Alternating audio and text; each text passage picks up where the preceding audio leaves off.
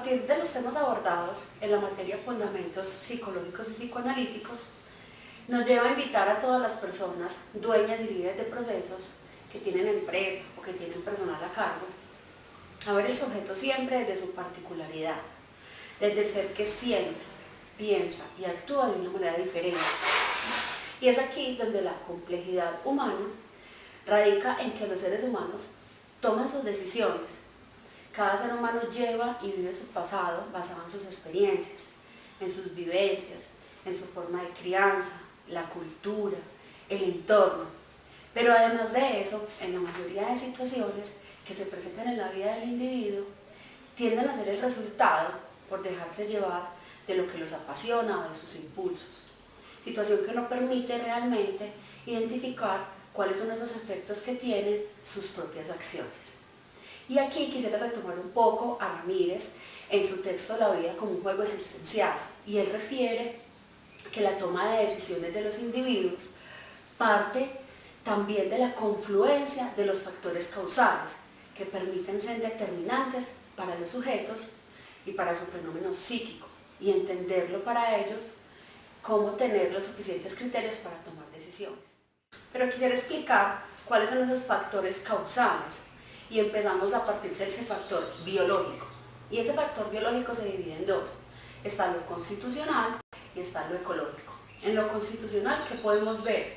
Están las particularidades fisiológicas, está lo genético, está lo que es heredado. Mientras que en lo ecológico está el medio ambiente, el clima y el entorno que envuelve el sujeto.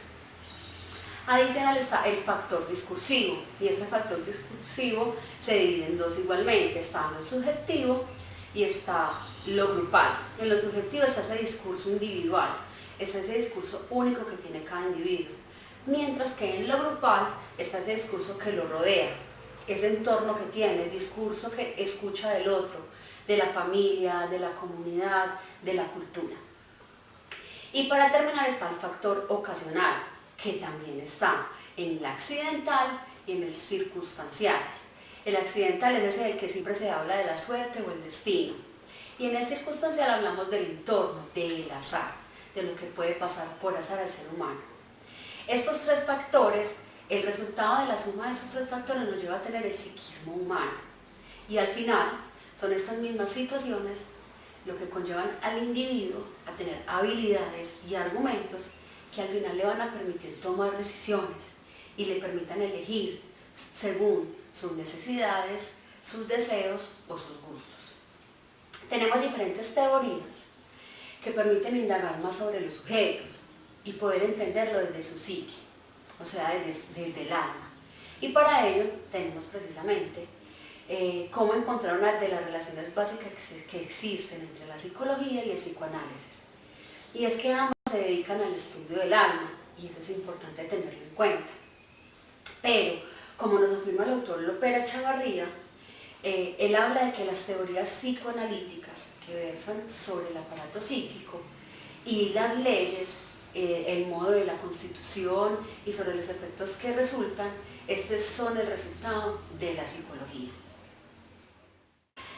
Lo anterior nos permite evidenciar cómo los seres humanos se aferran a las circunstancias de su entorno para tomar decisiones de la vida, pero que realmente a futuro, si no son como se lo esperaba, crean en él o entran en el juego de culpar al destino y no responsabilizarse por los resultados de sus propias decisiones. Entonces aquí hablamos de la responsabilidad que tiene el ser humano de sus acciones. El ser humano, con su libre albedrío y la responsabilidad de su propia vida, tiene la capacidad de elegir cuál será su forma de vivir. Pero además de esto, se ha enfrentado a situaciones que lo llevan a comportarse de determinada manera. Que esté seguro que esa sea el reflejo de la mejor manera de vivir. Y para eso hago referencia a lo escrito por Ramírez, quien habla de los tres modos de vivir. Y menciona que existen tres maneras de enfrentar la vida. Y vamos a hablar un poquito de ellas, las cuales son: una, el modo de subsistir, y esta hace referencia a cómo la persona se mantiene enfocada en obtener solamente lo necesario para poder sostenerse.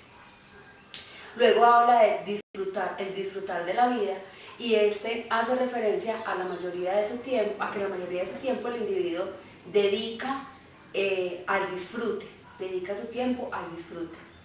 Y al final habla de otro y se llama el proyecto de vida. Y aquí el sujeto se dedica a responsabilizarse de su existencia. Ahora quiero abarcar un poco el concepto de organización, el cual nos permite entender el papel que el sujeto juega en ella y cómo esas maneras de vivir o esas maneras de ver enfrentada la vida las aplica en la organización. Entonces, en la actualidad es muy común que se haga referencia a que la palabra institución y organización son sinónimos. De ahí la importancia de entender la diferencia de estas dos. Y es que se necesita de una institución para llegar a una organización. Pero la diferencia realmente radica en que la organización es el medio para materializar ese discurso fundante. ¿Qué es ese discurso fundante? Es el conjunto de ideas que un grupo social quiere establecer y el cual se hace de manera intencional para lograr unas metas propuestas.